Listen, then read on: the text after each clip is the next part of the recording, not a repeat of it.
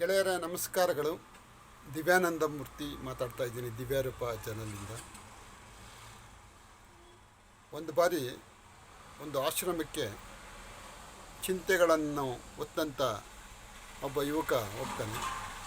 ಅಲ್ಲಿನ ಗುರುಗಳನ್ನ ಭೇಟಿ ಮಾಡ್ತಾನೆ. ಗುರುಗಳೇ, ನಿಮ್ಮಲ್ಲಿ ನನ್ನದೊಂದು ಸಮಸ್ಯೆ ಇದೆ, ಅದಕ್ಕೆ ಪರಿಹಾರ ಕೇಳೋಕ್ಕೋಸ್ಕರ ಬಂದಿದ್ದೀನಿ ಅಂತ ಹೇಳ್ತಾನೆ. ಗುರುಗಳು, ಆಯಿತು, ನಿನ್ನ ಸಮಸ್ಯೆ ಏನು ಅಂತ ಹೇಳಪ್ಪ ಅಂತ ಹೇಳ್ತಾರೆ. ಆಗ ಯುವಕ ಹೇಳ್ತಾನೆ, ನನ್ನ ಮನಸ್ಸು ಗೊಂದಲದ ಗೂಡಾಗಿದೆ. ಆರ್ಥಿಕವಾಗಿ ನಾನು ಸಾಕಷ್ಟು ಹೊಂದಿದ್ದರೂ ಕೂಡ ಯಾಕೋ ಮನಸ್ಸಿಗೆ ನೆಮ್ಮದಿ ಇಲ್ಲ, ಸಂತೋಷ ಇಲ್ಲ. ಯಾವಾಗಲೂ ಮನಸ್ಸು ಸದಾ ಕಾಲ ಚಿಂತೆಯಲ್ಲಿ ಮುಳುಗಿರುತ್ತೆ. ಇದಕ್ಕೆ ಪರಿಹಾರ ಏನು ಗುರುಗಳೇ ಅಂತ ಕೇಳ್ತಾನೆ. ಆಗ ಗುರುಗಳು ಹೇಳ್ತಾರೆ, ಅವನನ್ನು ಸಾಕಷ್ಟು ಪರಿಶೀಲಿಸಿದ ನಂತರ ಗುರುಗಳು ಹೇಳ್ತಾರೆ,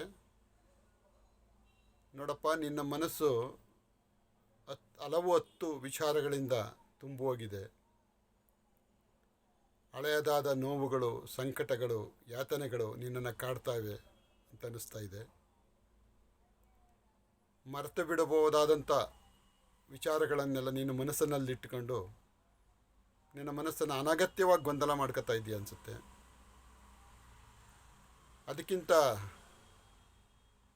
ಒಂದು ಮಾತು ಹೇಳ್ತೀನಿ ಕೇಳಪ್ಪ. ನೀನು ನಿನ್ನ ಜೀವನ ರೂಪಿಸಿದ ತಂದೆ ತಾಯಿಗಳಿಗೆ, ನಿನ್ನನ್ನು ಅತ್ಯಂತ ಪ್ರೀತಿ ವಿಶ್ವಾಸದಿಂದ ನೋಡಿಕೊಂಡ ಬಂಧು ಬಳಗದವರಿಗೆ, ನಿನ್ನ ಜೀವನದ ಆಗುವಗಳಲ್ಲಿ ಸಹಕರಿಸಿದ ಎಲ್ಲ ನಿನ್ನ ಸ್ನೇಹಿತರಿಗೆ, ನಿನ್ನ ಅಲ್ಲಿ ಪ್ರತ್ಯಕ್ಷವಾಗಿ ಪರೋಕ್ಷವಾಗಿ ನಿನಗೇನೇನು ಸಹಕಾರ ಮಾಡಿದೆ ಈ ಪ್ರಕೃತಿಲಿ, ಎಲ್ಲಕ್ಕೂ ಕೃತಜ್ಞತೆ ಹೇಳುವಂಥ ಭಾವನೆಗಳನ್ನು ಬೆಳೆಸ್ಕೊಂಡ್ರೆ ಒಳ್ಳೆಯದು. ಎಲ್ಲಕ್ಕಿಂತ ಹೆಚ್ಚಾಗಿ ಆ ದೇವರಿಗೆ ಪ್ರತಿನಿತ್ಯ ನೀನು ಕೃತಜ್ಞತೆ ಸಲ್ಲಿಸ್ತಾ ಇರಬೇಕು. ಏಕೆಂದರೆ ದೇವರು ಅಮೂಲ್ಯವಾದ ಗಾಳಿ, ಬೆಳಕು, ನೀರುಗಳನ್ನು ನಮಗೆ ಕೊಟ್ಟಿದ್ದಾನೆ. ಅವನಿಗೆ ನೀನು ಕೃತಜ್ಞತೆ ಸದಾ ಹೇಳ್ತಾ ಇರಬೇಕು. ನಿನ್ನ ಭವಿಷ್ಯ ರೂಪಿಸೋಕ್ಕೋಸ್ಕರ ನೀನು ತಂದೆ ತಾಯಿಗಳು ತ್ಯಾಗ ಮಾಡಿರ್ತಾರೆ.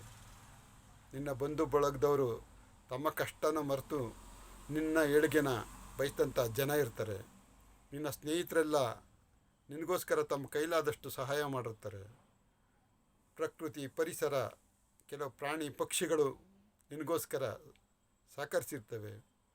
ನಿನ್ನ ಜೀವನವನ್ನು ರೂಪಿಸೋಕ್ಕೆ ನಿನಗೆ ಯಾವ್ಯಾವುದು ಸಹಕಾರಿಯಾಗಿದೆಯೋ ಎಲ್ಲದಕ್ಕೂ ಕೃತಜ್ಞತೆ ಹೇಳುವಂಥ ಮನೋಭಾವವನ್ನು ಬೆಳೆಸ್ಕೋ ಪ್ರತಿದಿನ. ಆಗ ನಿನ್ನ ಮನಸ್ಸಿನ ಗೊಂದಲಗಳು ಸ್ವಲ್ಪ ಮಟ್ಟಿಗಾರು ಕಡಿಮೆ ಆಗುತ್ತೆ. ಆಗ ನೀನು ನಿರಾಳತೆಯತ್ತ ಹೋಗ್ತೀಯ ಅಂತ ಹೇಳ್ತಾರೆ. ಆ ಯುವಕ ಆ ಗುರುಗಳ ಮಾತನ್ನು ಪಾಲಿಸೋಕ್ಕೆ ಶುರು ಮಾಡಿದಾಗ ನಿಜಕ್ಕೂ ಅವನ ಮನಸ್ಸು ಹಂತ ಹಂತವಾಗಿ ನಿರಾಳತೆಯತ್ತ ಹೊರಳೋಕ್ಕೆ ಪ್ರಾರಂಭ ಆಗುತ್ತೆ. ನಿಜ ಅಲ್ವಾ ಸ್ನೇಹಿತರೆ? ಕೃತಜ್ಞತೆ ಎಂಬುದೊಂದು ಅದ್ಭುತವಾದ ಗುಣ. ನಾವು ಭಾಳಷ್ಟು ವೇಳೆ ನಮ್ಮ ಜೀವನದ ಗಡಿಬಿಡಿಯಲ್ಲಿ ನಮಗೆ ಒಳ್ಳೇದು ಮಾಡಿದವ್ರಿಗೂ ಕೃತಜ್ಞತೆ ಹೇಳೋದನ್ನ ಮರಿತೀವಿ. ಅದೊಂದು ರೀತಿ ಜಾಣ ಮರೆಬುಂತೆ ಅನ್ಕೋಬೋದು. ನಾಳೆ ಹೇಳೋಣ, ನಾಳಿದ್ದು ಹೇಳೋಣ ಅಂತ ಹಿಂಗೆ ಕಾಲ ದುಡ್ತೀವಿ. ಒಂದೊಂದು ಸರಿ ನಮ್ಮ ಮಾತು, ನಮ್ಮ ಕೃತಜ್ಞತೆಗಳು ನಮ್ಮಲ್ಲೇ ಉಳ್ಕೊಳ್ಬೇಕಾದ ಸನ್ನಿವೇಶ ಬಂದ್ಬಿಡುತ್ತೆ. ಕಾಲ ಜಾರಿ ಹೋಗಿರುತ್ತೆ. ಕಾಲ ಜಾರುವ ಮುನ್ನ ನಮಗೆ ಸಹಾಯ ಮಾಡಿದವ್ರಿಗೆ ಕೃತಜ್ಞತೆ ಹೇಳುವ ಮನೋಭಾವಗಳನ್ನು ಬೆಳೆಸ್ಕೊಳ್ಳೋಣ. ನಾವು ಯಾವಾಗ ಒಬ್ಬರ ಬಗ್ಗೆ ನಾವು ಜಾಸ್ತಿ ಹೊಗಳಿ ಮಾತಾಡ್ತೀವಿ ಅಂದರೆ ಅವರು ನಮ್ಮನ್ನು ಬಿಟ್ಟು ಹೋದಾಗ ಮಾತಾಡ್ತೀವಿ ಅನ್ನೋದು ಜನಾಭಿಪ್ರಾಯ. ನಿಜ ಅಲ್ವಾ ಗುರುಗಳೇ? ಅವರು ನಮ್ಮ ಗುರುಗಳು ಹೇಳ್ತಾರೆ ಮತ್ತೊಂದು ಮಾತು, ಯಾವತ್ತೂ ನಾವು ಇರುವಾಗಲೇ ಒಬ್ಬರಿಗೆ ಗೌರವವನ್ನು ಸಲ್ಲಿಸಬೇಕು. ಯಾವಾಗಲೂ ನಾವು ಮತ್ತೊಬ್ಬರ ಒಳ್ಳೆಯ ಗುಣಗಳನ್ನು ಅವ್ರ ಎದುರುಗಡೆ ಹೇಳಬೇಕು ಅನ್ನೋ ಮಾತನ್ನು ಗುರುಗಳು ಆ ಹುಡುಗನಿಗೆ ಹೇಳಿರ್ತಾರೆ. ಅದನ್ನು ಕೂಡ ಅವನು ಫಾಲೋ ಮಾಡ್ತಾನೆ. ಹೌದು, ನಾವು ಇರುವಾಗಲೇ ಕೂಡ ಪ್ರತಿಯೊಬ್ಬರಿಗೆ ತಕ್ಷಣವೇ ಅವರು ಮಾಡಿದ ಒಳ್ಳೆಯ ಕೆಲಸಕ್ಕೆ ಕೃತಜ್ಞತೆ ಹೇಳಬೇಕು ಅನ್ನೋ ಭಾವನೆಯನ್ನು ಅವನು ರೂಢಿಸ್ಕೊತಾನೆ. ಈ ಮಾತು ಯಾಕೆ ಹೇಳ್ತೀವಿ ಅಂದರೆ, ಇತ್ತೀಚೆಗೆ ವಿದೇಶಗಳಲ್ಲಿ ಬದುಕಿರುವಾಗಲೇ ಶ್ರದ್ಧಾಂಜಲಿ ಸಭೆಗಳು ಪ್ರಾರಂಭವಾಗಿವೆ ಅಂತೆ. ಯಾವುದೋ ಪತ್ರಿಕೆಯಲ್ಲಿ ಓದ್ತಾ ಇದ್ದೆ ನಾನು. ಯಾಕೆಂದರೆ ನಾನು ಸತ್ತ ಮೇಲೆ ನನ್ನ ಬಗ್ಗೆ ಏನೇನು ಹೊಗಳಿ ಮಾತಾಡ್ತೀರಾ ಅನ್ನೋದಕ್ಕಿಂತ ನಾನು ಬದುಕಿರುವಾಗಲೇ ಅದನ್ನು ಕೇಳಬೇಕು ಅನ್ನೋ ದೃಷ್ಟಿಯಿಂದ ವಿದೇಶಗಳಲ್ಲಿ ಶ್ರದ್ಧಾಂಜಲಿ ಸಭೆಗಳು ಇತ್ತೀಚೆಗೆ ನಡೀತಾ ಇವೆ ಅಂತ ಕೇಳ್ಪಟ್ಟೆ. ಹೌದು ಗೆಳೆಯರೆ, ನಾವು ಯಾವಾಗಲೂ ಕೂಡ ನಾವು ಕಾಲ ಜಾರುವ ಮುನ್ನವೇ ನಮಗೆ ಯಾವುದೇ ರೀತಿ ಒಳ್ಳೇದು ಮಾಡಿರೋರ್ಗೂ ಹೃದಯಾಂತರಾಳದ ಕೃತಜ್ಞತೆ ಭಾವದಿಂದ ಅವರ ಸಹಾಯವನ್ನು ನೆನೆಸೋಣ. ಕೃತಜ್ಞತೆಯ ಗುಣ ಅತ್ಯಂತ ಶ್ರೇಷ್ಠವಾದ ಗುಣ. ಮತ್ತು ಇದರಿಂದ ನಮ್ಮ ಮನಸ್ಸು ಖಂಡಿತ ನಿರಾಳ ಆಗುತ್ತೆ. ಮತ್ತು ನಾವು ಮಾಡುವ ಕೃತಜ್ಞತಾ ಮಾತುಗಳಿಂದ ಅಥವಾ ನಮ್ಮ ಕೃತಜ್ಞತೆಯ ಮಾತುಗಳು ಅವರಲ್ಲಿ ಇನ್ನಷ್ಟು ಜನಕ್ಕೆ ಒಳ್ಳೆಯದನ್ನು ಮಾಡುವಂಥ ಮನಸ್ಸನ್ನು ನೀಡುತ್ತೆ. ಅದರಿಂದ ನಾವು ಸದಾ ತಡ ಮಾಡದೆ ನಮಗೆ ಒಳ್ಳೆಯದ ಮಾಡಿರೋ ಎಲ್ಲದಕ್ಕೂ ಕೂಡ ಕೃತಜ್ಞತೆಗಳನ್ನು ಹೇಳ್ತಾ ಸಾಗೋಣ ಅಂತ ಹೇಳ್ತಾ ಈ ದಿನದ ಸಂಚಿಕೆಯನ್ನು ಮುಗಿಸ್ತಾ ಇದ್ದೀನಿ.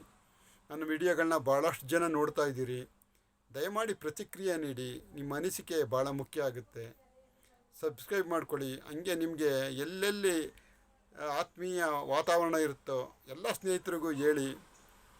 ಸಬ್ಸ್ಕ್ರೈಬರ್ ಸಂಖ್ಯೆ ಜಾಸ್ತಿ ಆದಂಗೆ ನಾವು ಹೇಳೋ ವಿಚಾರಗಳು ಕೂಡ ನಮ್ಮಲ್ಲಿ ಖುಷಿ ತಂದುಕೊಡುತ್ತೆ.